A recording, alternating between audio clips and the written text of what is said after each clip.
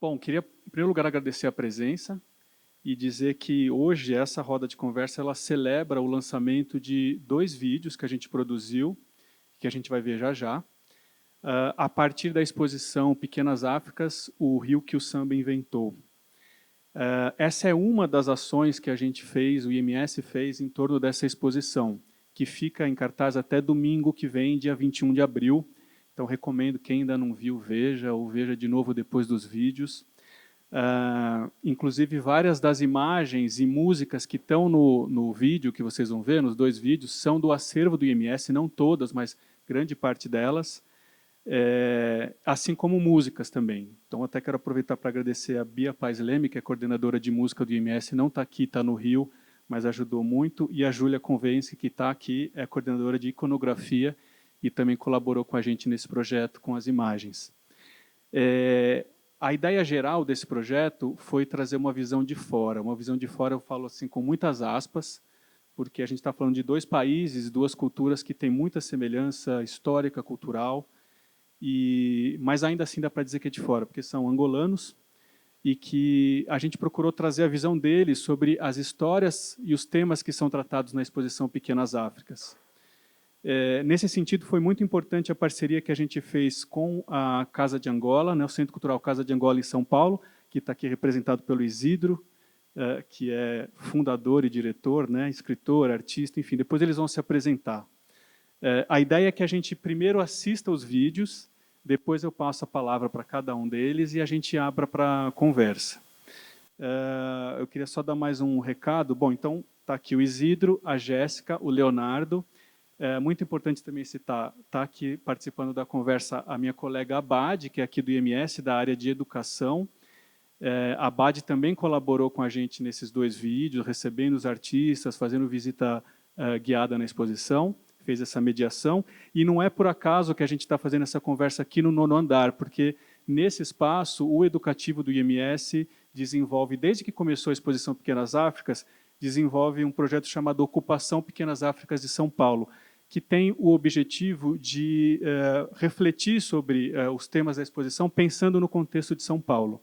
Eu falei que a gente tem várias ações, né, em torno da exposição, essa é uma delas, assim como as giras que a gente faz uma roda de conversa e uma roda de samba aos domingos, um domingo por mês, o último vai ser justamente no dia 21 de abril, quando acaba a exposição, que é um projeto criado pelo Tadeu Caçula, sambista, sociólogo, pesquisador, e que está com a gente também nesse projeto. Depois eu falo um pouco mais do convite, mas vocês já sabem que é o dia que encerra a exposição, tem também essa roda de samba, então é imperdível. Aqui também, uma breve apresentação, também acho importante dizer, está o Iago Mate, que fez a direção de vídeo comigo, e a Lili Stipp, que fez o som do vídeo e daqui da sala. Então a gente vai assistir os vídeos e depois a gente começa essa conversa e aí vocês fiquem muito à vontade para fazer perguntas, a gente tem um tempinho aí para isso. Tá legal? Bem, é isso.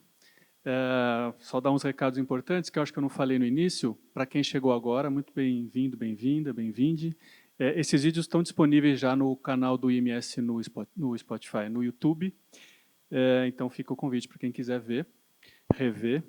E outra coisa importante também, que eu acabei não mencionando, mas está no vídeo, 2 coisas. A gente gravou na Casa de Angola, em São Paulo, que é a casa do Isidro, podemos dizer assim, que eu recomendo muito a visita. Tá? A gente fez questão de sair do IMS para ir para lá gravar e não trazer só eles para cá. Que é um lugar que eu recomendo muito, um lugar que tem uma programação muito interessante, cultural e gastronômica, muito boa. E outra coisa é que acabei não falando o que motivou a gente fazer esses vídeos e puxando um pouco a sardinha para a minha área, que é a música, que foi a relação do samba com o semba, né? Sendo o samba talvez o grande protagonista da exposição, né, com o tema. Se a gente tem o samba aqui, tem o semba lá. E eu digo isso sem a pretensão, a gente não teve em nenhum momento o objetivo de traçar um histórico de um que veio de outro, como eles comentam no vídeo, né? Mas sim traçar paralelos, coisas em comum, musicais e extramusicais. Então, com isso eu já passo a palavra para eles. Acho que a gente pode começar com a Jéssica, depois o Leonardo. Peço só que vocês façam a audiodescrição, tá? Muito boa tarde. Eu sou a Jéssica Areias. Eu sou uma mulher branca, de cabelo cacheado. Estou a usar um pano na cabeça, colorido, azul, com flores, uma saia com a mesma estampa e uma blusa marrom. Bom, primeiro preciso agradecer muito ao IMS, na pessoa do Juliano, e à Casa de Angola, na pessoa do Isidro, o convite, a oportunidade. Foi uma oportunidade que surgiu num momento muito especial da minha vida. O meu filho António estava com menos de 2 meses, e inclusive ele está ali no colo do pai. E foi o primeiro trabalho que eu fiz, que eu saí de casa para fazer. E isso na maternidade, em pleno puerpério, para mim foi um resgate muito importante de sair um pouco daquele universo que é super denso em todos os sentidos e voltar para esse lugar de olhar para mim como artista e ainda mais contribuir dentro dessa homenagem que eu sinto que é uma homenagem. Poder falar desta exposição dentro desta temática para mim foi muito forte nesse sentido, de me ver como imigrante, de voltar para esse lugar e fazer todas essas correlações e tantas outras que acabei por fazer depois, né? Porque é isso, né? Não, eu acho que nada se finda no momento, ainda mais quando falamos de uma história que nos atravessa muito além do que nós vemos, mas daquilo que nós sentimos e do que a história conta e também não conta. Então, para mim foi assim extremamente importante conseguir estar presente, fazer parte e participar desse momento. Muito obrigada. É isso que o Juliano comentou, a ideia, quando eu recebi o convite e ao trazer, né, estas minhas falas, foi sempre no intuito de trazer a minha experiência, que é sempre individual. Mediante aquilo que eu vi, eu não tive a oportunidade de vir à exposição, eu recebi o catálogo em casa, inclusive vou aproveitar hoje para ver a exposição, que eu acho que também é um outro impacto. Então passou sempre muito pelas primeiras impressões, pelas primeiras emoções. Acompanhado desse catálogo tinha também a trilha, né, inerente àquelas fotos. Então musicalmente também foi muito importante ouvir e sentir e estabelecer várias correlações. Dentro disso, por ser a minha experiência individual, teve uma partezinha ali do vídeo que eu preciso corrigir. Quando eu falo da Casa das Tias Seatas, na verdade o samba não era no final, né? O samba era no meio, no final era o candomblé. Enfim, pequenos detalhes que fazem diferença, já que eu estou a trazer um dado histórico, né? E tem que ter esse comprometimento com a verdade. Mas tudo isso que eu falei, no fundo, tem a ver com a experiência que eu construí aqui em São Paulo, como imigrante, essa necessidade que nós temos sempre de voltar para casa e de encontrar casa nos lugares que vamos estabelecendo. E, sem dúvida alguma, que todos esses lugares que eu acabei citando, tanto da capoeira quanto do candomblé, fizeram com que eu voltasse para casa. Algumas das fotografias do Carnaval têm a correlação com fotografias do meu pai, também preciso falar sobre isso, que aparecem as imagens do meu pai Ziz Areias, que mora em Benguela e que tem esse comprometimento com a preservação da memória da sua cidade, especificamente que é Benguela, de trazer esses registros que são tão pouco explorados e tão pouco é tão pouco dada importância a esses momentos, né?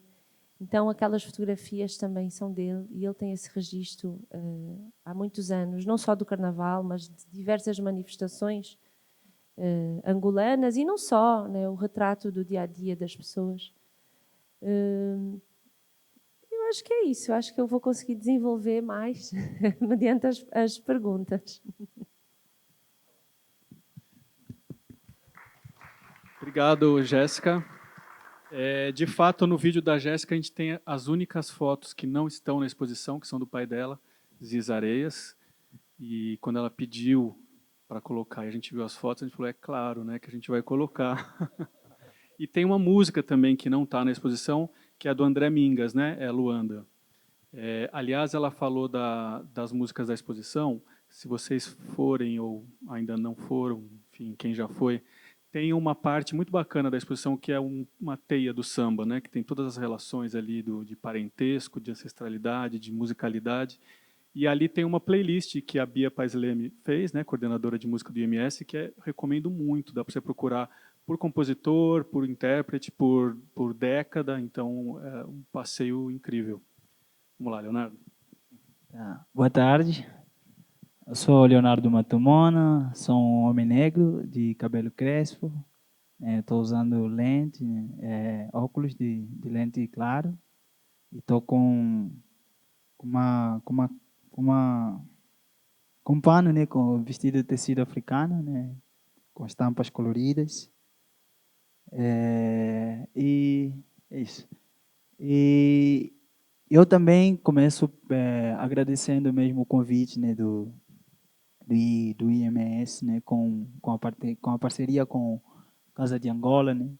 Foi muito bom participar nesta exposição, pedir esse olhar, né, esse olhar de artista imigrante, né.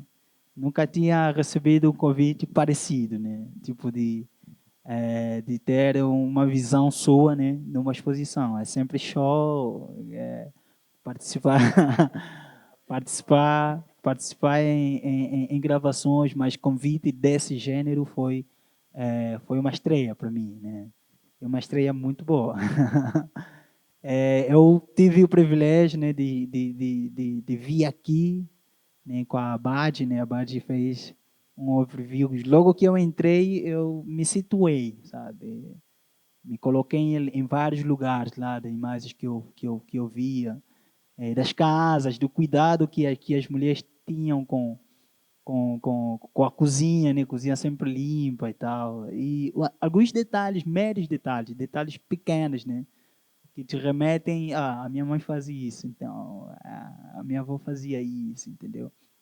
Então isso é que me fez entrar mais dentro do negócio mesmo, porque era convite, cheguei de receber também o catálogo, só que eu estava no Rio, estava no show do Rio, dia que chegou, eu não estava lá e passei alguns dias também sem ver, né?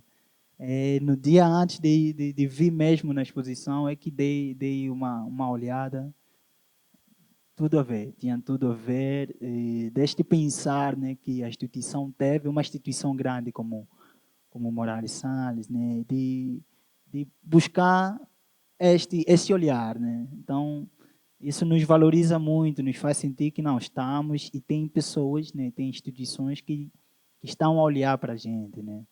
Porque é que a Jéssica disse, né, muitas coisas se relacionam, né, tem tudo a ver, mas é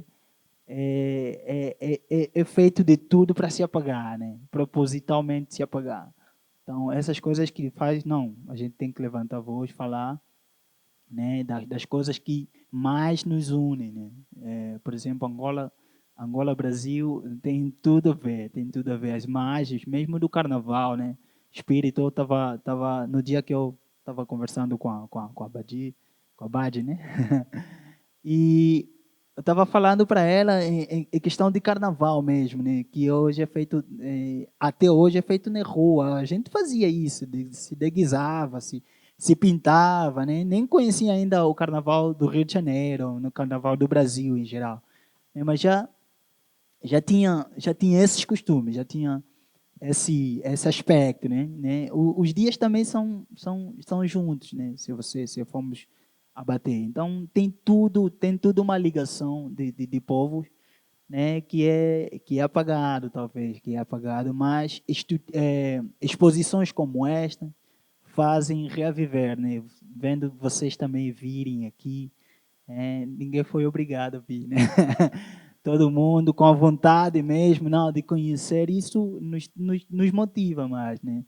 Nos faz estar em casa. Como eu disse mesmo, eu tô, tipo, com essa exposição me situei mais, disse, não, estou em casa, não tô num lugar assim perdido no mundo, não, estou no lugar em que eu devo estar, devo falar, devo se manifestar, devo cuidar também, entendeu? Então, é mais ou menos isso a relação, né? Tipo, a importância que eu tive de participar nessa exposição. E a Casa de Angola, meu, aquela é minha casa também. O Isidro, um parceiro que está aqui, a gente já trabalha bastante, já conversa bastante fora daqui, ou fora da casa também. Então, eu também convido vocês a conhecerem a Casa de Angola, para sentirem não só o que nós estamos a sentir, essa relação com o Brasil, né? Para vocês também sentirem essa relação que tem Angola-Brasil, né? Tem que ser o recíproco. Chegando lá, comer uma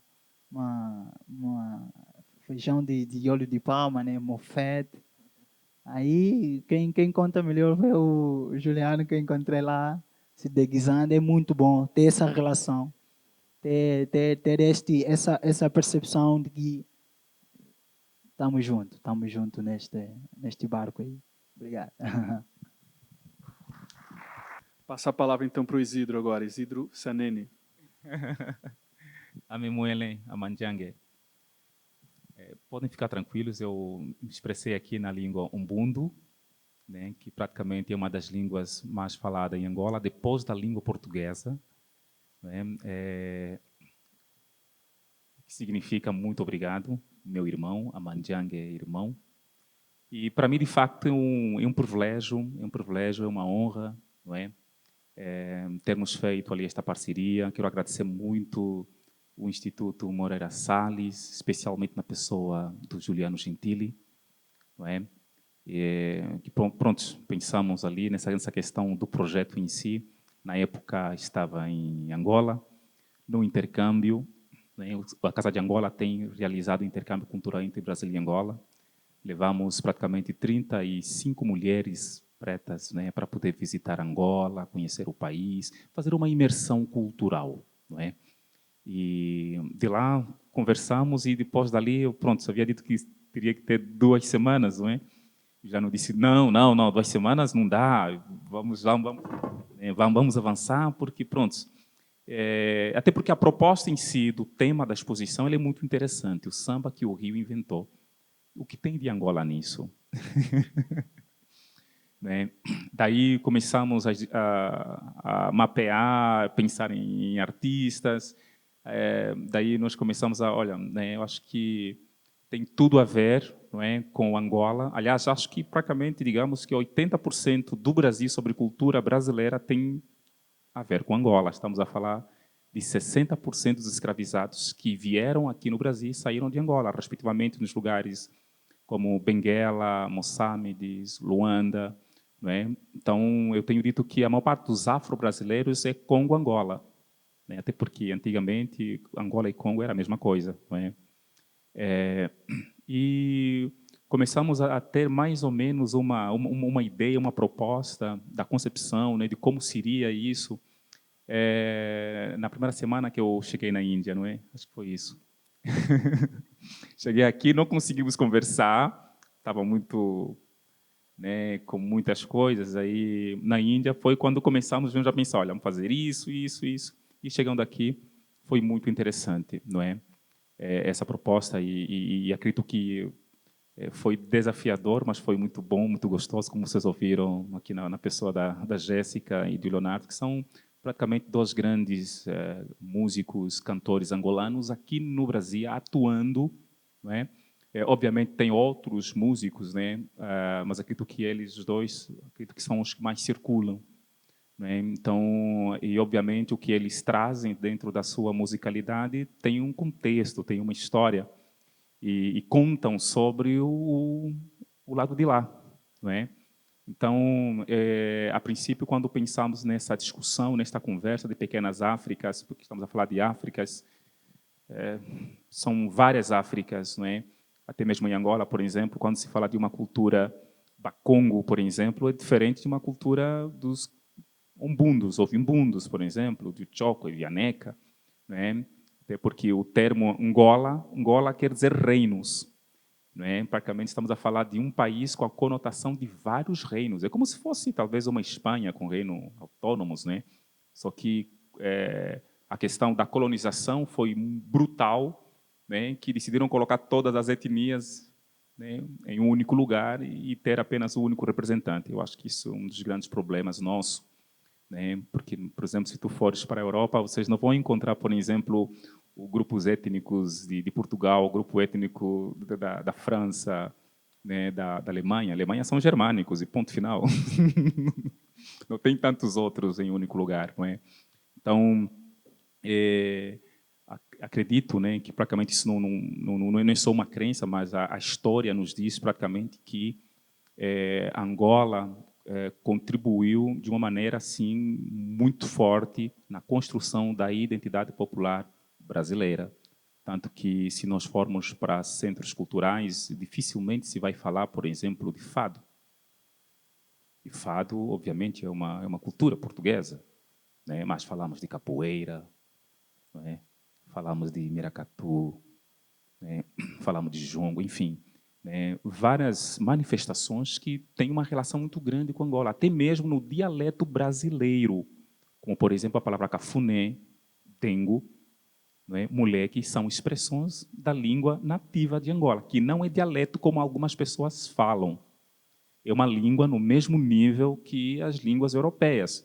Só que a construção, a fala do nosso idioma, né, ela é oral, embora nós temos um alfabeto, né, que vem do latim. Mas isso não porque nós criamos esse alfabeto, é porque eles, né, como não entendiam, acharam por bem que tinham que criar uma escrita para nos entendermos, né? Então, acredito que é legítimo nós termos essa conversa e é também legítimo, de alguma forma, os artistas que são músicos falarem sobre essa exposição, porque é um olhar diferente, né? Nós sabemos, obviamente, como os dois aqui já disseram, e eu acredito que no meio da conversa, da construção, não é no sentido de dizer quem veio do quê.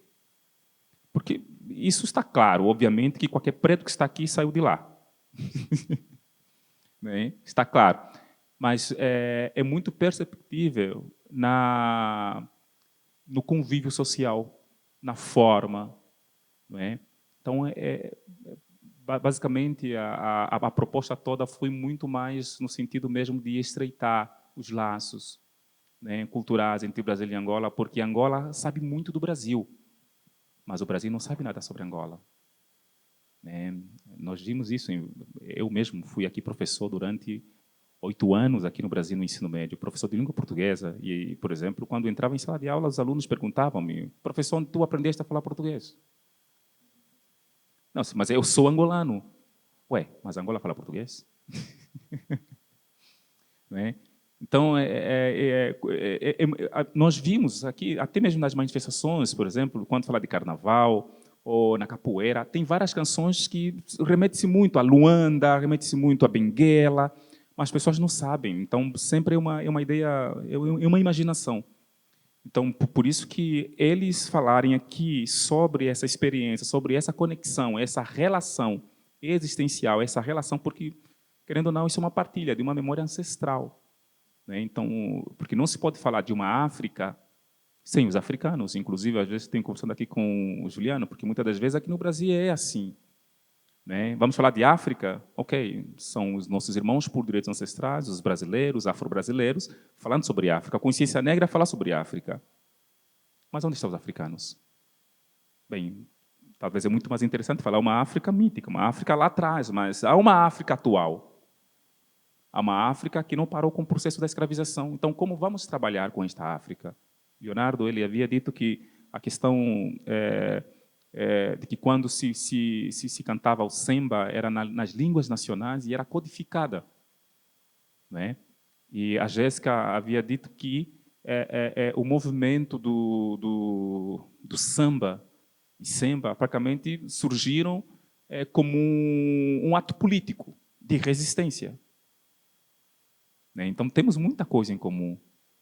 E é justamente por isso que, finalizando aqui a minha fala, não se pode, né, já digo aqui a todos vocês aqui, quando vão falar sobre África, quando vão falar sobre qualquer questão, não importa, até mesmo evento, convidem africanos para lá estar.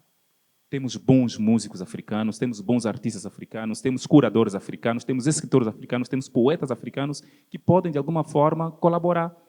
Porque eu acho que isso é muito importante. Ter aqui africanos aqui, por exemplo, eu estou a falar aqui, estou sendo interpretado por um afro-brasileiro. Eu acho importante ter essa conexão, né? É isso, Juliano. Meu muito obrigado. O Iago, obrigado. Né? Imagina a questão da edição dos vídeos, né? Que era sempre joga ali, joga ali, joga ali. Olha um pouco ali. Né? Obrigado. Lira, acho que ela saiu, não sei se está aqui. Ok. Obrigado também. Tá bom? Eu ia só pedir para você falar uma coisa que eu achei muito importante quando a gente foi gravar, quando você falou do nome Angola, que esse A inicial foi uma imposição, né? O nome original não era Angola, né? Com esse A, que é um A de negação. Sim. Na verdade, hoje, os países africanos, querendo ou não, como vocês bem sabem, até mesmo pela própria história, né, a colonização... Bem, os países tornaram-se independentes, mas não tão independentes, até porque alguns que lutavam nessa questão de resistência, eles foram formados muitas das vezes pelo Ocidente, pelos brancos, na Rússia, Estados Unidos, e voltaram. E hoje são governantes. Então, Angola, né, o termo Angola significa reinos. Né? Por isso que, geralmente, os reinos do norte sempre tinham Angola primeiro, como Angola Quiluange, Angola isso, Angola aquilo, porque era rei daquilo, rei do lugar, então era mais ou menos assim. Né? Mas pronto, os portugueses chegaram e disseram Angola. Alguns dizem que talvez não sabiam expressar Angola e colocaram a letra A. Mas a letra A, né, não sei se tem aqui colegas aqui que é também da área de letras, vocês sabem que o A ele é um prefixo de negação. Né? É como aluno. Né? O aluno, né? Aluno significa uma pessoa sem luz. Luno é luz. Então, ele precisa de um professor para ele ter o conhecimento. Né? Então, e aí colocou-se a letra A propositalmente para meio que... Porque tem Angola, reinos. Angola significa sem reinos. A letra A é um prefixo de negação, é tipo África, né? África, né? Sem frio. É um lugar sem frio. Né? Um povo ahistórico. É um povo que não tem história. Né? Então, isso ainda é uma grande luta. E é justamente por isso que, enquanto os países africanos não começarem a olhar, a rever a sua verdadeira identidade, então ainda nós estaremos sempre na margem, sempre na dependência deles. Né? Angola enfrenta vários desafios. Né? E acredito que, assim como Angola enfrenta, outros países também enfrentam, mas o grande desafio nosso agora é mais numa questão da nossa própria identidade, trabalhar a nossa identidade, né? A nossa matriz, a nossa língua. Né? Às vezes, acho que foi uma vez que eu estava na Rádio Nacional de Angola e havia dito que dentro de 3 gerações não vai mais existir a cultura angolana, porque nós temos uma língua, e a língua é o que caracteriza, de fato, a cultura de um país. Certo? Né? Então, se hoje eu, por exemplo, como Isidro, consigo entender, e isso muitos jovens em Angola não falam, né, a língua nativa, mas entendem. Se a avó, por exemplo, não sei a Jéssica, mas, por exemplo, se a sua avó falar na língua Kimbundo, não é? Bisavó. Na verdade, a minha bisavó, que faleceu há um mês, ela falava 6 línguas nacionais de Angola. Línguas nacionais. Mas a minha bisavó tinha 102 anos. 102 anos. Isso foi se perdendo ao longo da história, justamente porque não existe esse comprometimento com esse olhar de salvaguardar a identidade do povo. Né? Não existe ensino bilíngue, por exemplo. Sim. E a Jéssica, ela é da minha geração, nós somos conterrâneos. Estamos a falar mais ou menos 88, 87, por ali.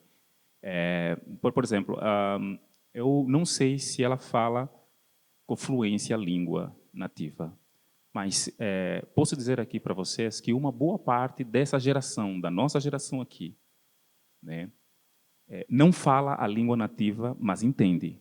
Se a avó falar, a mãe falar, eu sei o que é, eu entendo. O meu filho não vai falar e não vai entender. O filho dele não vai falar. Então, estamos a falar que não temos mais cultura. E isso é um perigo. Então, por isso que o Brasil também tem esse compromisso com Angola, até porque foi o primeiro país a reconhecer a independência de Angola. Né?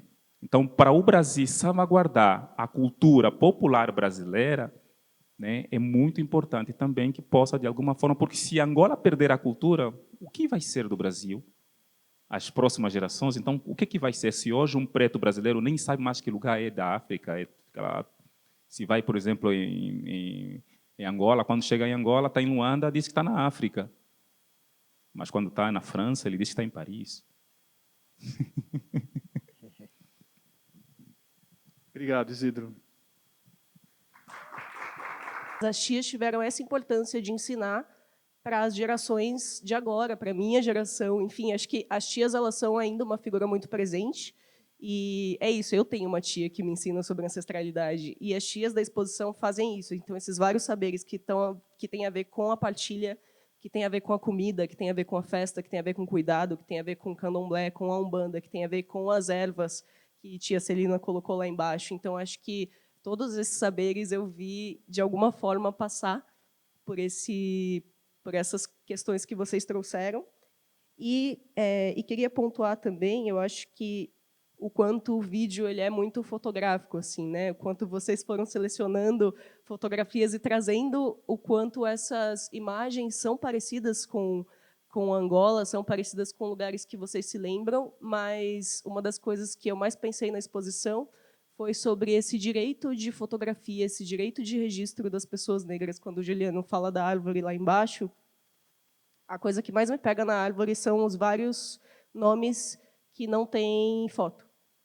Às vezes eles têm a data de nascimento e não têm a de morte, às vezes o contrário, às vezes nenhuma data. Mas eu acho que o quanto isso passa por um apagamento muito sistêmico da história preta no Brasil e que vocês trazem de uma maneira muito interessante, pensando imageticamente. Assim, a proposta do vídeo traz e vocês trazem ao resgatar nessas imagens. Então, quando o Leonardo fala que o pai dele é a cara do Búcio Moreira, inclusive a gente quer muito uma foto do seu pai, né, Leonardo, para fazer essa comparação, mas eu acho que são muitas coisas que poderia trazer, assim, acho que tem muitas coisas que me deixaram muito curiosa dos vídeos, sobre a sua vivência racial como mulher africana branca estando no Brasil, sobre esse rebuscar uma ancestralidade que, no fim, eu sinto que essa troca que eu tive só com o Leonardo na exposição, mas a gente pode ter depois, está muito ligada a pensar uma ancestralidade que eu acho que a gente, quando negro no Brasil, procura muito e que vocês trouxeram. Assim. Então, para mim, foi muito interessante também estar com o Leonardo na exposição e ele visualizar as fotos com familiaridade, que é uma familiaridade que eu sei e que eu passei todos os meses dizendo que vem de vários lugares de África, que a gente não necessariamente sabe direito quais, mas que é isso, vem mesmo. Está aí uma pessoa que há 15 anos estava lá e que vê as mesmas ruas. Então, isso foi muito, muito importante. Eu tinha pensado perguntas, mas aí eu achei que seria mais interessante trazer esses apontamentos do que perguntas, e agora acho que a gente pode abrir espaço para as perguntas de vocês. Só ia pedir para quem for... Fica à vontade para fazer pergunta também, tá? Não é porque está na mesa que não pode perguntar. Mas quem quiser, eu peço só que fale no microfone, que está com a Ariadne, porque a gente está gravando. Tá legal?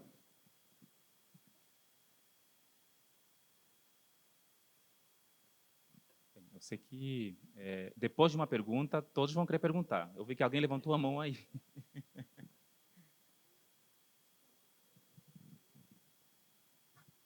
Eu perguntaria, então.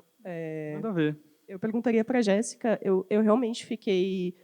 eu acho que é uma questão polêmica, inclusive, essa questão racial, né? E foi muito importante pensar em como você tem sido recebida nessa busca da sua ancestralidade, que é de fato sua, não tem como negar, mas que eu acho que deve aparecer muitas vezes em forma de negação na sua carreira musical. Então, eu queria muito ouvir mais sobre isso. Por favor. Sim, claro. O conceito que a gente tem de África é totalmente ocidentalizado. Então, a gente é condicionado a ter uma visão de África dentro de uma caixinha que é totalmente limitante. no Brasil especificamente, por conta de todo o silenciamento que houve e que há ainda do povo preto, a necessidade da busca da ancestralidade é algo que nos leva diretamente para esse lugar que, infelizmente, tem uma visão totalmente ocidentalizada. Mas é o único que tem, porque existe um silenciamento histórico gigante de você não saber sua origem, de você ficar condicionado a um sobrenome que não te diz nada. Mas aí, se você vai no sobrenome de um branco, por exemplo, você consegue saber, eu sei a minha ancestralidade, porque não foi silenciada.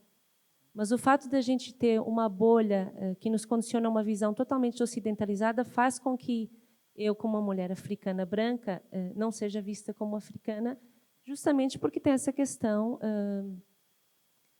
do fenótipo, né? Então, você olha para mim e você vê que eu não tenho traços de uma mulher africana, a cor da minha pele não é negra, então, necessariamente, eu não sou africana.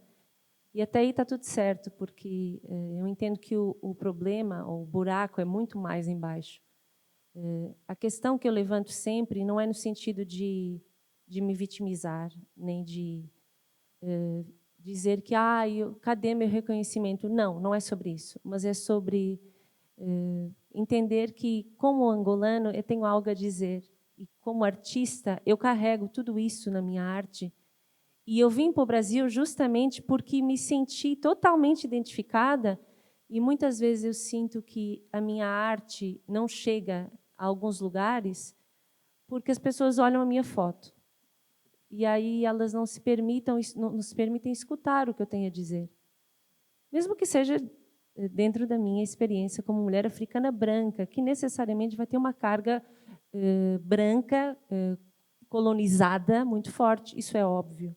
A minha fala vai ser sempre muito diferente da fala do Leonardo, mas ela existe.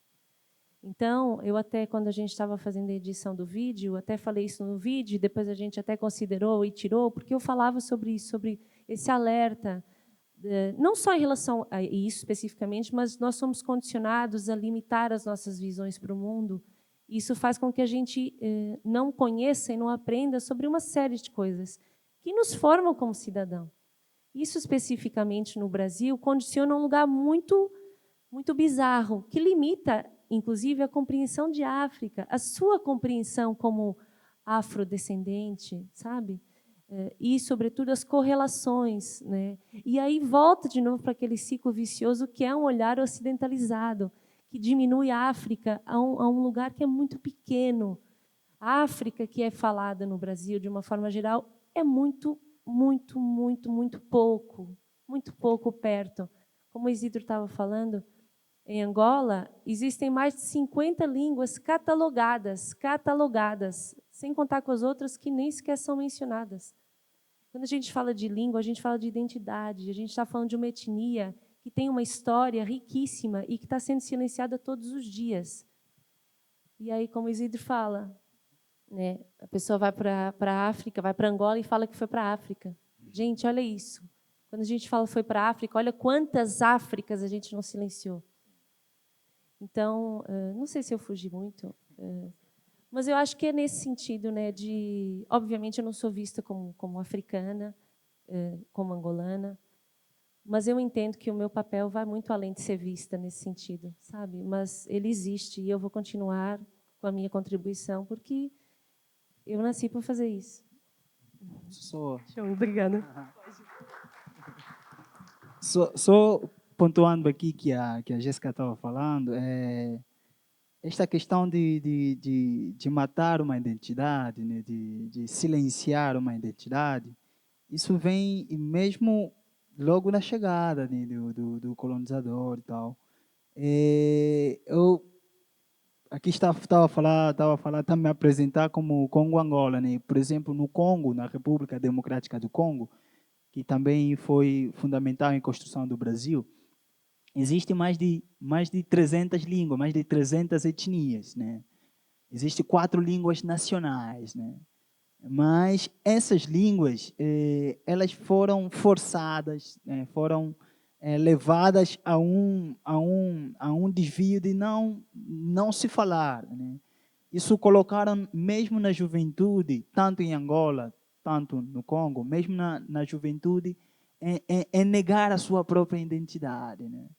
Eu já vi algumas matérias para identificar angolano, não tem que falar bem o português, né? Isso é bizarro, porque não querendo tipo menosprezar o português, não, é uma língua que não é, então, não é. Então isso não identifica se a pessoa é ou não angolano de facto de não falar o português. Mesmo a juventude, mesmo em Angola, há muitos que têm muita vergonha de falar as línguas nacionais, né?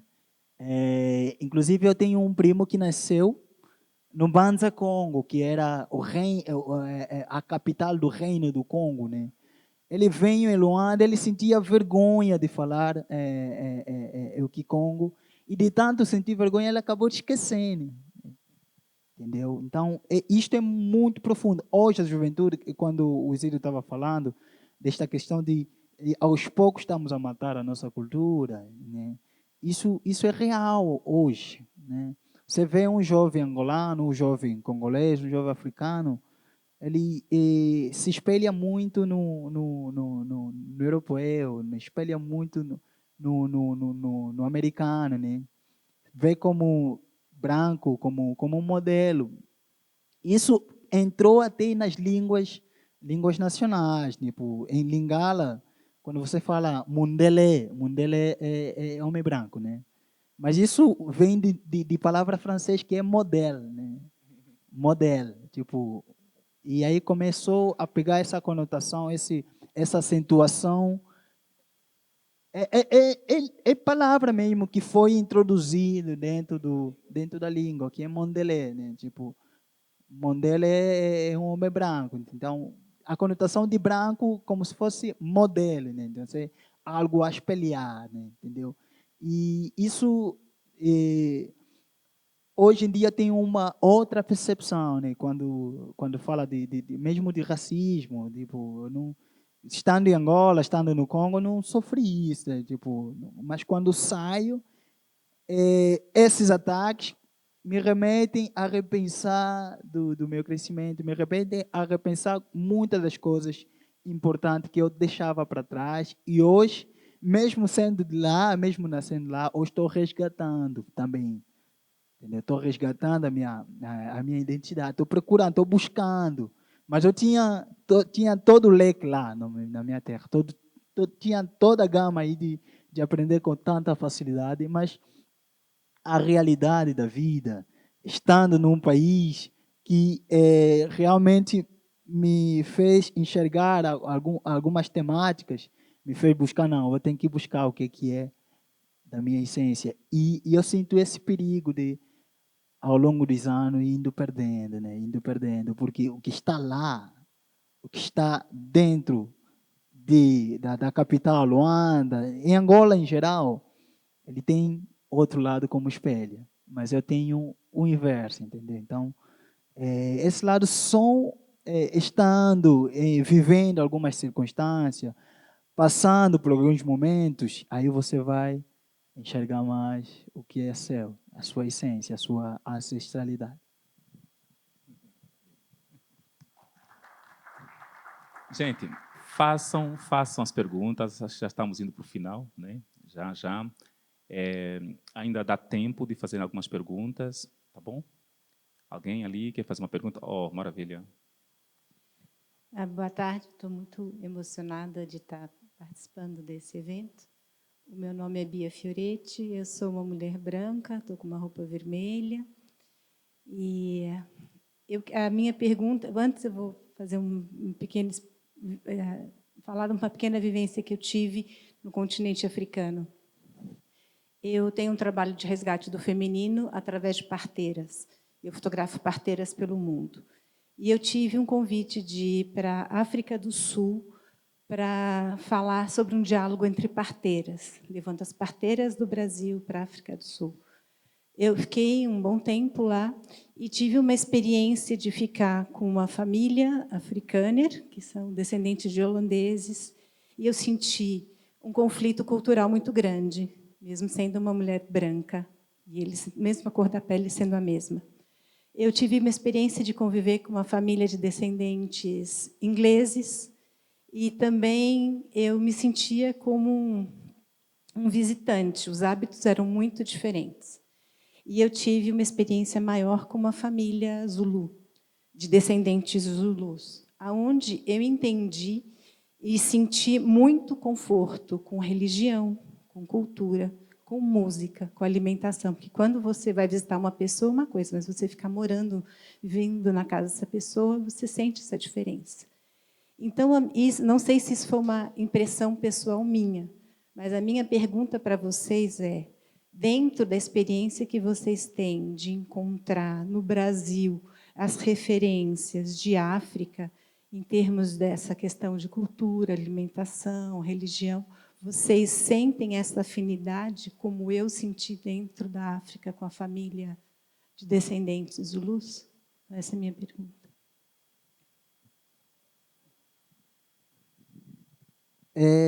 Sim, a afinidade vai se construindo, né? Vai crescendo, né? Eu digo para minha parte, né? Na minha parte, antes eu tinha menos afinidade, assim, de falar ou de entender alguns afrodescendentes, né? Por questão de eu perceber que eles conhecem pouco, muito pouco mesmo da África em geral, de grande continente que é. É resumido, é tipo, é um país, né? Tem até o amigo nosso, né? Amigo Vincent, tem uma marca que a África não é um país, né? Por causa disto, né? E muita das vezes na minha música mesmo, tipo, exigindo algumas coisas que não. Ah, mas como é que uma música africana não tem isso, não tem aquilo, entendeu? Eu pude perceber que a visão ou o olhar mesmo para os afrodescendentes, mesmo para os brasileiros, é do que eles filtram, do que eles querem que veja da África. Não, esse lado é mais bonito, então vou me apoiar nesta parte. Não querendo conhecer todo ele em buscar mesmo a sua identidade, né? Afinidade, eu digo, junto com o acolhimento, né, de nós, tipo, de eu, africano, um imigrante vindo da África, vindo de país da África, o olhar, o negacionismo também. Tinha muitas coisas que muitos afros descendentes também, a minha realidade, né, a minha vivência, eles sentiam como se fosse eu afrontando, né? Tipo, não tinha uma boa relação do que eu convivi com eles, né? Então, isso me fez afastando um pouquinho também dessa afinidade. Mas, com o tempo, entendendo mais o que eles realmente buscam como referência, são mais a mídia, né? Que na altura passava muito o que é de África, né? O África mais sofrida, o África de guerra, entendeu? Então, vendo um imigrante realmente vindo da África, então existia essa rejeição, né? Mas com o tempo, eu acho que agora já tem com a força de informação também que está veiculado lá, eu acho que já tenho várias afinidades assim dessa relação cultural, né? De Brasil, Angola, Brasil, África, Brasil, Congo, né? Mesmo no elo artístico, né? Eu faço parte da Orquestra Mundana Refúgio, então eu me sinto, quando eu estou no meio deles, eles têm essa curiosidade de tentar aprender, de tentar buscar também o que eu trago, né? Que é essa troca, né?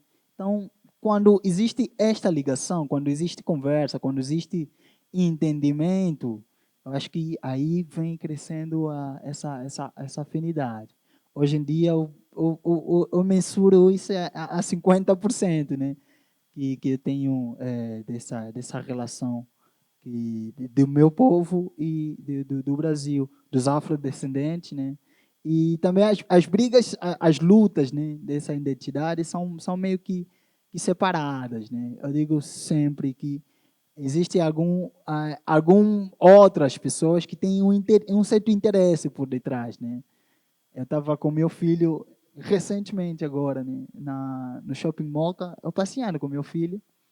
Tinha uma mulher brasileira, afrodescendente, e ele me deparou, não, que menino lindo, ele pode ser modelo, então vamos aproveitar, né, já que está na moda falar é uma mulher negra falando isso, entendeu? Então, já que está na moda, então vamos, e viu lá no CIA tem um cartaz, tem uma imagem de homem negro, está na moda, então essa questão de ele ser negro, né, mas não buscar mesmo a real, tipo, não ir de encontro com a sua realidade, mas filtra o que ele quer ouvir, o que ele quer ver, entendeu? Isto afasta um pouco a afinidade. Né? Eu ouvindo isso, eu não consegui engolir, até não deixei o menino brincar lá. Fui levar ele para brincar em outro lugar. Então, só para falar que a afinidade vai vindo nos comportamentos que a gente vê. Eu não tenho como se aproximar para alguém que tô vendo que não busca mesmo a real coisa que eu também busco, entendeu? Então, vai se construindo aos poucos, né? Estou há 11 anos, mas estou construindo ainda essa afinidade com o Brasil, com o povo brasileiro. Maravilha. Eu gostaria, na verdade, eu me esqueci, mas gostaria de registrar a presença do Douglas. Né, nós temos aqui a presença da TV Afro. Né, praticamente acabei esquecendo de registrar essa presença no começo. Peço desculpas. Tá bom? Acredito, não sei se tem mais alguém que tem uma pergunta a fazer. Bem, acho que ficou muito claro a resposta do Leonardo. Ficou, né? Ficou claro. A Jéssica quer responder também. Na verdade, respondeu. Acho que a Jéssica ela vai fazer um realce, né? Vai acrescentar, não é? Na verdade, isso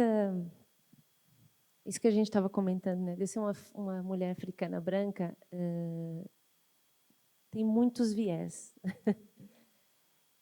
Eu acho que eu pertenço a um não lugar, digamos assim, porque em todos os lugares que eu já estive, eu nasci em Angola, vivi 18 anos em Angola, depois eu vivi 3 anos em Lisboa e eu vou fazer 15 anos em São Paulo. O meu não lugar é de que eu nunca sou tida com a identidade que eu sou. Então, em Angola eu não sou angolana, no Brasil eu não sou angolana, mas eu também não sou brasileira e eu também não sou portuguesa. E em Portugal eu não sou portuguesa, não sou angolana, não sou brasileira. Então é um não lugar muito louco. E quando eu falo isso muito louco é que até hoje, ainda mais no Brasil, que é um país com racismo estrutural tão escrachado, eu acho que talvez o país mais racista do mundo. Né? O racismo existe no mundo inteiro, mas o Brasil é um negócio surreal. Não é surreal, é que, pensando na história, faz todo sentido o Estado do jeito que ainda está, né? Porque é muito recente a independência, enfim. E a estrutura da maneira como a sociedade cresceu é a correlação da senzala. A gente sabe disso, e da Casa Grande, não mudou. Mas, quando eu falo que o meu não lugar é algo que me perturba todos os dias um pouco, é porque, justamente, quando eu vim para o Brasil, o fato de eu não ser lida como uma angolana nunca me trouxe impactos como trouxe, provavelmente, para Leonardo, em relação ao racismo e em relação à identificação ou não. Eu, no Brasil, passei a ser maioria. Eu sempre fui minoria em Angola. E, ao mesmo tempo, eu comecei a entender que os meios que eu me relacionava, eu me sentia em casa, e não eram os meios brancos, porque nunca foram os meios que eu permeei. Então, eu me sinto em casa nos meios maioritariamente negros. Então, eu me sinto em casa quando eu estou no candomblé. Eu me sinto em casa quando eu estou com a família do meu companheiro, que é negro.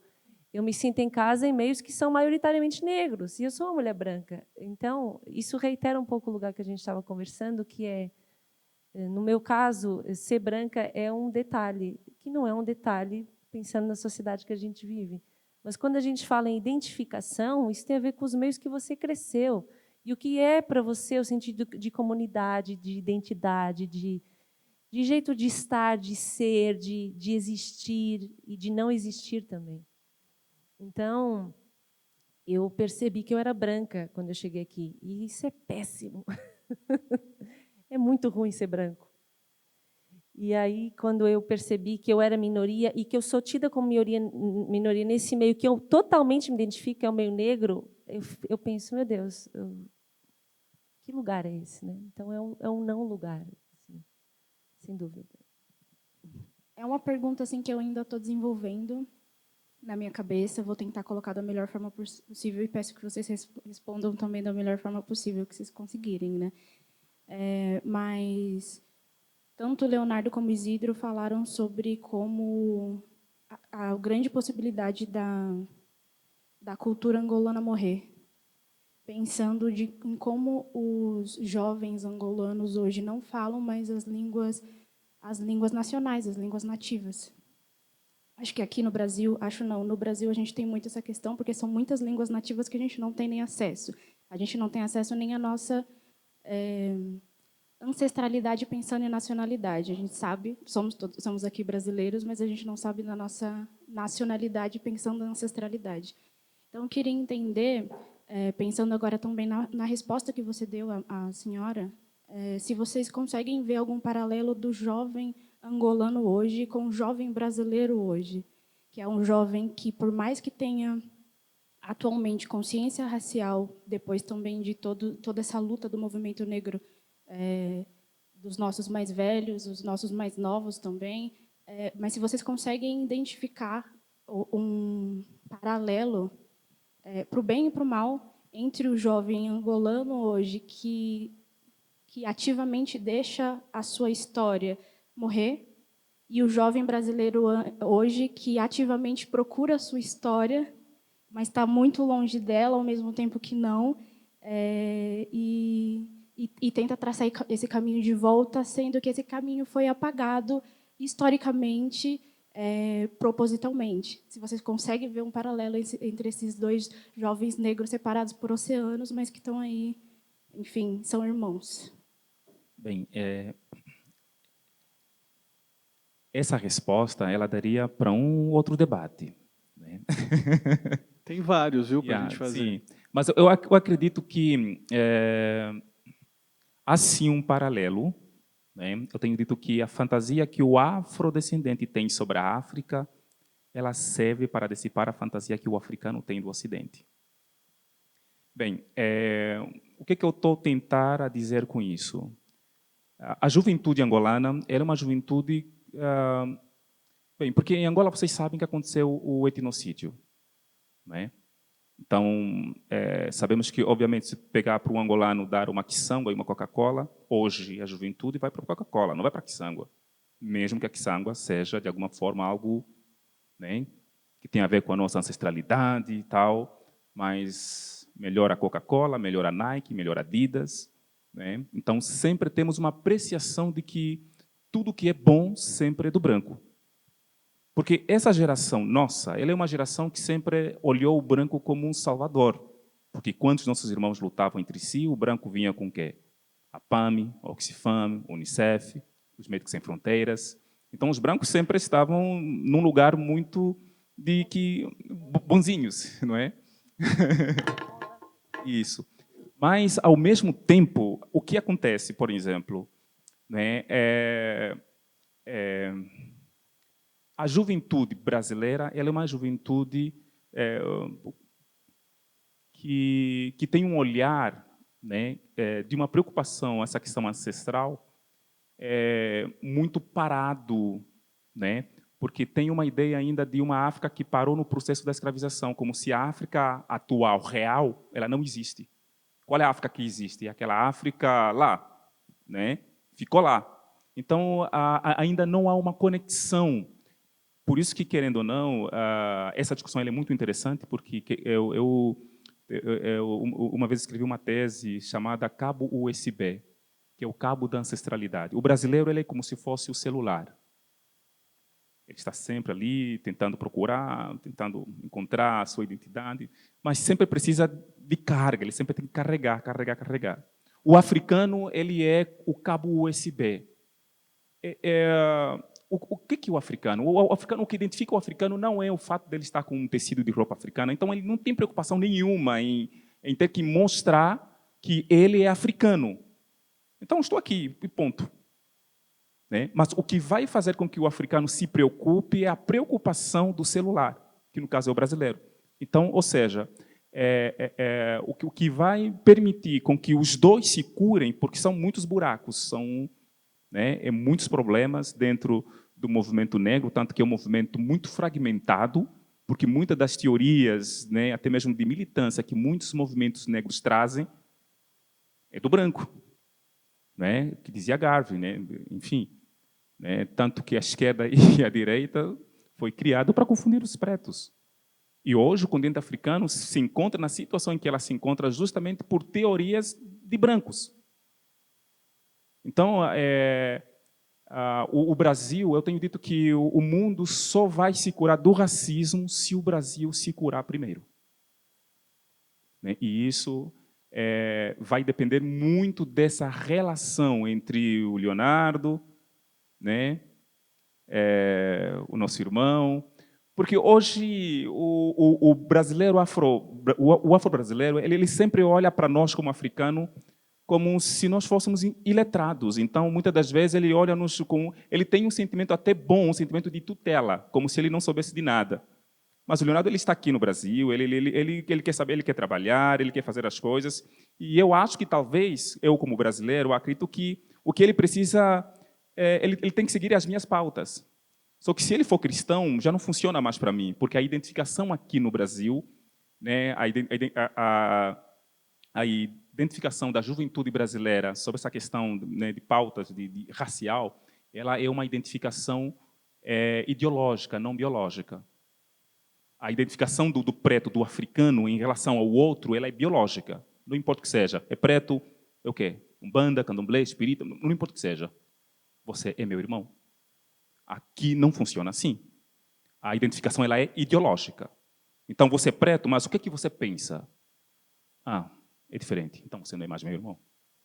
Então, eu acredito que essa é uma questão que precisamos, né, de alguma forma, criar outros debates, outras conversas. Eu sei que o tempo já estaria. Acho que o Juliano também tem uma pergunta a fazer. Não sei se, né, consegui chegar na sua questão. Né? O que nós precisamos é isso, é conversar. Tem o racismo estrutural, ele está presente, até porque quem criou o racismo não fomos nós, pretos, porque eu acho que eu, como Isidro, tenho dito sempre que não vou mais fazer protesto sobre racismo, porque não fui eu que criei. Quem tem que fazer isso aqui tem que ser o branco, porque ele criou. Mas eu tenho que sentar com os meus irmãos para conversar, para que temos que nos curar, temos que saber qual é o nosso problema. Qual é o seu problema, irmão? Vamos ter que sentar para poder conversar. Porque muitas das vezes o branco nos coloca sempre numa arena, em que muitas das vezes o preto ele é presa e, ao mesmo tempo, ele é o predador. Então, vivemos o tempo todo sempre lutando, sempre se dando surra, bornos o tempo inteiro, e o branco nas arquibancadas sempre batendo palmas. Né? E nós temos visto isso constantemente. Nós vimos agora, recentemente, até mesmo pela imprensa, pela mídia, quando vimos um caso, por exemplo, de Daniel Alves, né? Que aconteceu. Bem, Hitler... Todo mundo falou sobre a questão dos judeus e tudo mais, mas o grande problema de Hitler foi ele ter mexido com branco. Desculpem, não estou aqui a trazer aqui um discurso antissemita, né? Não é nada contra os judeus aqui. Mas Hitler, né, se todo mundo hoje sabe a questão do Holocausto como algo mal e tudo mais, porque eram brancos. E se fossem pretos? Aconteceu a escravização foi pior do que o Holocausto. Percebem? Foi muito mais difícil do que um Holocausto. Então, eu acredito que, não estou aqui minimizando dores aqui, mas eu acho que o que precisamos, de fato, como pretos, aqui é mais uma questão da gente mesmo sair um pouco desse ciclo vicioso que os brancos nos colocam para que possamos estar sempre lutando um contra o outro. Se Daniel Alves estuprasse uma mulher preta, ninguém falaria nada. Ninguém falaria nada. Né? Então, todo mundo está contra ele simplesmente porque ele fez algo... Estuprou quem? Uma mulher branca. Estupro é algo grave. E se fosse um branco fazendo com outra branca? Qual seria o resultado? Então, eu acredito que é mais uma questão mais nossa mesmo, sabe? A Jéssica, ela tem toda a razão quando ela disse que também que ela se encontra num não lugar. Né? Porque tem muitos pretos aqui brasileiros que acreditam que a África só tem black mesmo, só tem pretos, mas tem, por exemplo, tem africanos, né? O problema, por exemplo, da própria África do Sul, né? De você ver africanos lá com olhos azuis e pronto, eles nasceram lá. E o que fazer com isso? Então, é uma questão de muita conversa, não é só uma questão da gente levar a placa, não racismo, porque as estatísticas elas sempre acabam trazendo resultados muito contrários, porque, por exemplo, para mim é muito difícil eu, imigrante preto aqui no Brasil, por exemplo, e eu percebo que muitas mulheres negras sempre acabam ficando com os filhos, porque os seus parceiros pretos abandonam muitas das vezes as mulheres negras, e eu muitas vezes percebo que os pretos, os negros estão nas periferias, nas comunidades, né? Sempre estão, por exemplo, nas prisões, e a estatística nos diz que as pessoas, os que mais matam os negros são os policiais, e que esses policiais que mais matam são policiais negros. Aí é um grande problema. Então, o que é isso? Desculpe aqui, acho que falei demais, pronto, mas... Imagina, de maneira alguma. Alguém tem alguma outra questão para colocar? Bem, acho que mais umas 2 perguntas aí encerramos. A gente está chegando no final, a gente pode encerrar com essas 2, né? Tem 2. Boa tarde, chamo Manuel, sou homem preto, com cabelo curto e uma roupa bege. Queria apenas acrescentar algumas coisinhas. Falou-se do jovem angolano, africano, e praticamente seria eu o representante desses jovens angolanos e africanos aqui presentes. Acredito eu que o grande valor de África será sentido quando a África sair de África.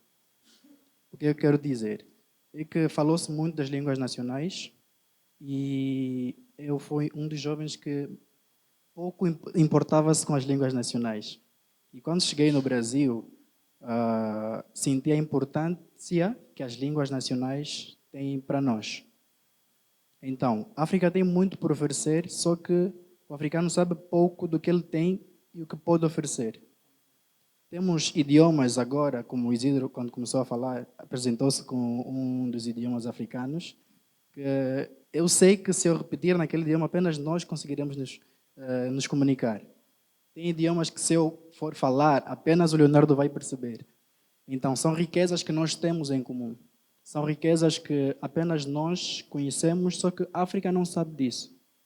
A África conhecerá a importância disso quando a África sair de África. O brasileiro, o afro-brasileiro, perceberá o valor ou a riqueza que pode ir atrás quando sair de cá e perceber o que ele pode ganhar estando num outro lugar. O jovem angolano agora, pouco importa-se com o que tem em Angola, porque ele não sabe do que ele tem lá disponível para ele. Nós não temos noção do que é que nós conseguiremos arrecadar usando os mecanismos que nós temos ao nosso favor, as armas que nós temos para o nosso favor. E falo apenas dos idiomas. Como falou-se aqui há pouco, que minimiza-se a África. Pensa-se muito que a África é apenas um país. São 55 países. Só Angola e a República Democrática do Congo falou-se de mais de 40 línguas. A África do Sul tem mais umas 30 línguas. Tem o Zulu, tem o africano, tem o inglês, que é a língua nacional.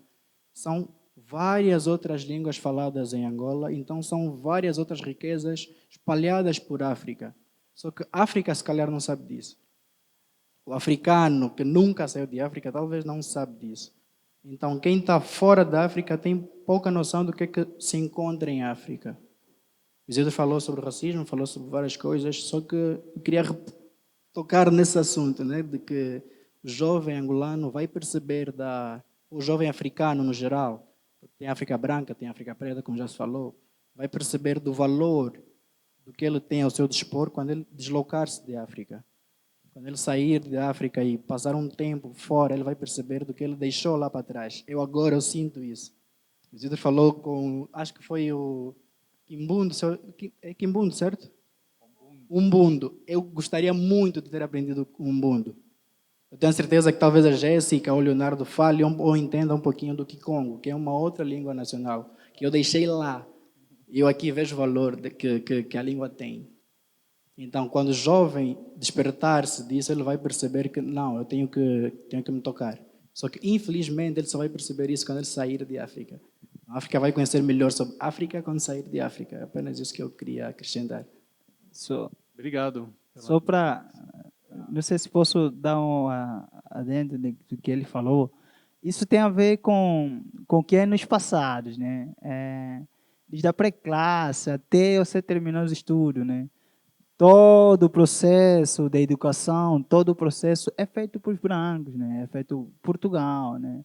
Se for no Congo, é belga, né? Então, eles mesmo a história propriamente da África, a história mesmo de Angola, do Congo, da chegada do colonizador, é filtrado, é o que eles querem que você saiba, né? Mas aonde é que está a verdadeira essência, né? Aonde é que está? Então, é conversando com os avós, né? Porque eles tiveram conversas com o bisavô, assim vai descendo, né? A própria verdadeira história de Angola, de Congo, falo de dois países que eu tenho conhecimento, então não é o que está documentado, né? Não é o que está escrito lá, né? Mas é o que é narrado, é o que é oralmente passado, né? Dos avós. Mas como é que um jovem, né, nesta altura, vai ter acesso a essa informação? Se com o avô ele tem barreira de conversar. Se o avô fala que Congo, ele não fala que Congo, nega em falar que Congo. O avô fala o mundo e ele nega ter essa língua como referência dele. Então aí vai se perdendo, vai se enxergando como jovem angolano, mas americano, né? Mais espelhado pelas Américas. Existem tantas outras coisas aí, mesmo aqui no Brasil, mesmo aqui no São Paulo, existem jovens, né, angolanos, jovens congoleses que, como diz lá no passado, estão a buscar isto, né? Estão a buscar este lado que deixaram lá, né? Para chegar, tem um meu amigo lá, Yuram, né? Ele faz vídeo, é um influenciador, né? Faz vídeos falando de línguas maternas, línguas de Angola. Eu componho em língua, nunca fiz nenhuma composição em português, nenhum. Até línguas que eu não falo, eu busco, vou lá atrás para tentar fazer isso. Talvez se eu estivesse em Angola, não faria isso. Não teria essa necessidade, claro. Mas, estando aqui, vi, não, espera aí, eu deixei alguma coisa lá. Uma coisa não muito bem colocada em mim. Então, deixa eu buscar, entendeu? Então, é mais ou menos isso, né? A África precisa, África em geral, digo, né? Precisa de independência mesmo, de sermos independentes, né? Porque ainda não somos colonizados ainda, né? Obrigado, Leonardo. Bom, a gente tem uma última pergunta ali, né? Olá, meu nome é Maria Helena. Eu estou aqui hoje porque eu sou uma recém-estudiosa do Carnaval, especificamente de São Paulo. Então, eu vim ver essa exposição e tive a sorte de, sem querer, ter esse encontro e poder participar disso. Então, acho que foi um sinal, isso é uma coisa incrível. Não tenho familiaridade com o microfone, então escrevi a pergunta para não esquecer e falar alguma besteira. Então, eu queria perguntar para vocês, já que, enfim, a exposição tem tudo a ver com o Carnaval do Rio de Janeiro também, falando muito disso. Eu queria saber a opinião de vocês sobre a história das agremiações do Carnaval de São Paulo, né, contextualizando com as tradições da cultura afro, né? Então, queria saber se, enfim, estou estudando o início do Carnaval de São Paulo, como isso aconteceu. Queria saber a opinião de vocês sobre o que é o Carnaval de São Paulo e a representação das tradições afroculturais. Entenderam minha pergunta?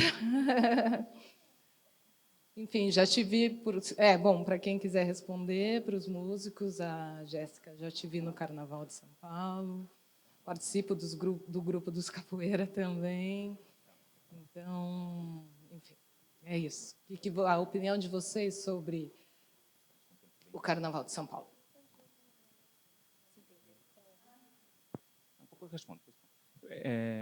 Pessoal, é o seguinte, nós estamos praticamente com o tempo bem... né? Mas vou deixar a Jéssica responder, ela vai ser bem breve. Tá? Tem aqui a exposição, tá bom, pessoal? Aí quem tiver uma pergunta que queira fazer e que não conseguiu fazer essa pergunta aqui nesta conversa, poderá fazer depois que nós finalizamos aqui, tá bom? Ok? Muito obrigado. Não se esqueçam de compartilhar, por favor. Vocês viram aqui o lançamento do documentário, né, no YouTube. Compartilhem para mais pessoas, para várias pessoas. E tem ainda a exposição 2 semanas, né? 1 semana, até o dia 21. Isso, tá bom? Então vou deixar agora para a Jéssica. Bom, especificamente em relação ao Carnaval, a minha relação com o Carnaval de São Paulo é dentro dos blocos. Eu canto num bloco, faço parte de um bloco que é os Capoeira, que inclusive é um bloco que enaltece a cultura negra, a cultura afro-brasileira. Não tenho uma relação com o Carnaval do Rio, nem de São Paulo, do Sambódromo, nem tampouco as relações que existem dentro desse universo que é tão amplo, que movimenta um trabalho gigante de muitas pessoas, o sustento de muitas famílias.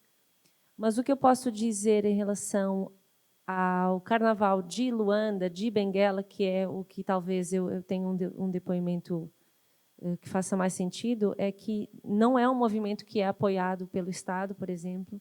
É um movimento que acontece porque os municípios se organizam nesse sentido, e é um movimento que exclusivamente traz a identidade daqueles municípios, daquelas culturas. Então, é um movimento que remete, de fato, ao Carnaval lá de trás, que é justamente de você trazer seus costumes, trazer aquilo que te faz como comunidade. E que eu acredito que, se puder fazer uma crítica em relação ao Carnaval, é que eu acho que o Carnaval virou algo que é tudo menos sobre preservar uma identidade. Eu acho que é uma grande manobra de fazer dinheiro. Inclusive, a cultura negra está muito em evidência no Carnaval, mas também de uma forma muito superficial, porque é isso, né? Continuamos reduzindo a África como se a África fosse um país, né? Então, acho que, se eu puder contribuir nesse sentido, o Carnaval em Benguela, especificamente, é algo que não tem nenhum fundo monetário e que você vê coisas incríveis de cultura preservada que você não vê no Sambódromo, que tem milhões. E acho que talvez valesse a pena... Não sou especialista em Carnaval, mas eu acho que talvez valha a pena pensar no surgimento desses blocos, junto com essas agremiações que fazem, muitas vezes, um trabalho beneficente na comunidade e, muitas vezes, um trabalho de...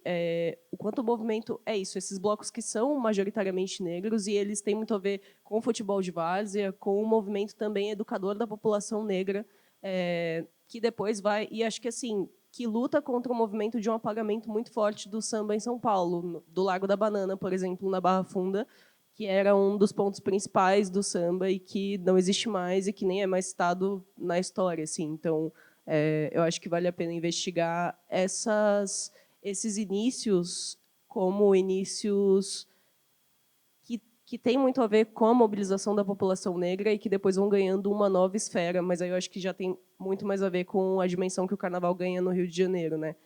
Que como Jéssica disse, vai um pouco desmembrando e esquecendo algumas coisas que eram tão importantes no começo, né? Que eu acho que tem muito a ver também com esse movimento educador, que perde força. Enfim, uma das coisas que eu pensei bastante na exposição é justamente na escola de samba se chama a escola, né? Ela não ensina só samba, ela ensina muitas coisas para essas populações. E acho que isso é importante em muitos níveis. Acho que é isso. Obrigado. Inclusive, bom, já era para eu encerrar, mas eu ia acrescentar uma coisinha, mas é que tem muito a ver. Inclusive, um dos curadores da exposição, que é o Vinícius Natal, ele fala justamente, a gente teve uma conversa aqui sobre a exposição, sobre o processo, né? São 4 curadores, que é a Angélica Ferrares, Luiz Antônio Simas, Vinícius do Natal, que eu citei, e a Inaê Lopes dos Santos.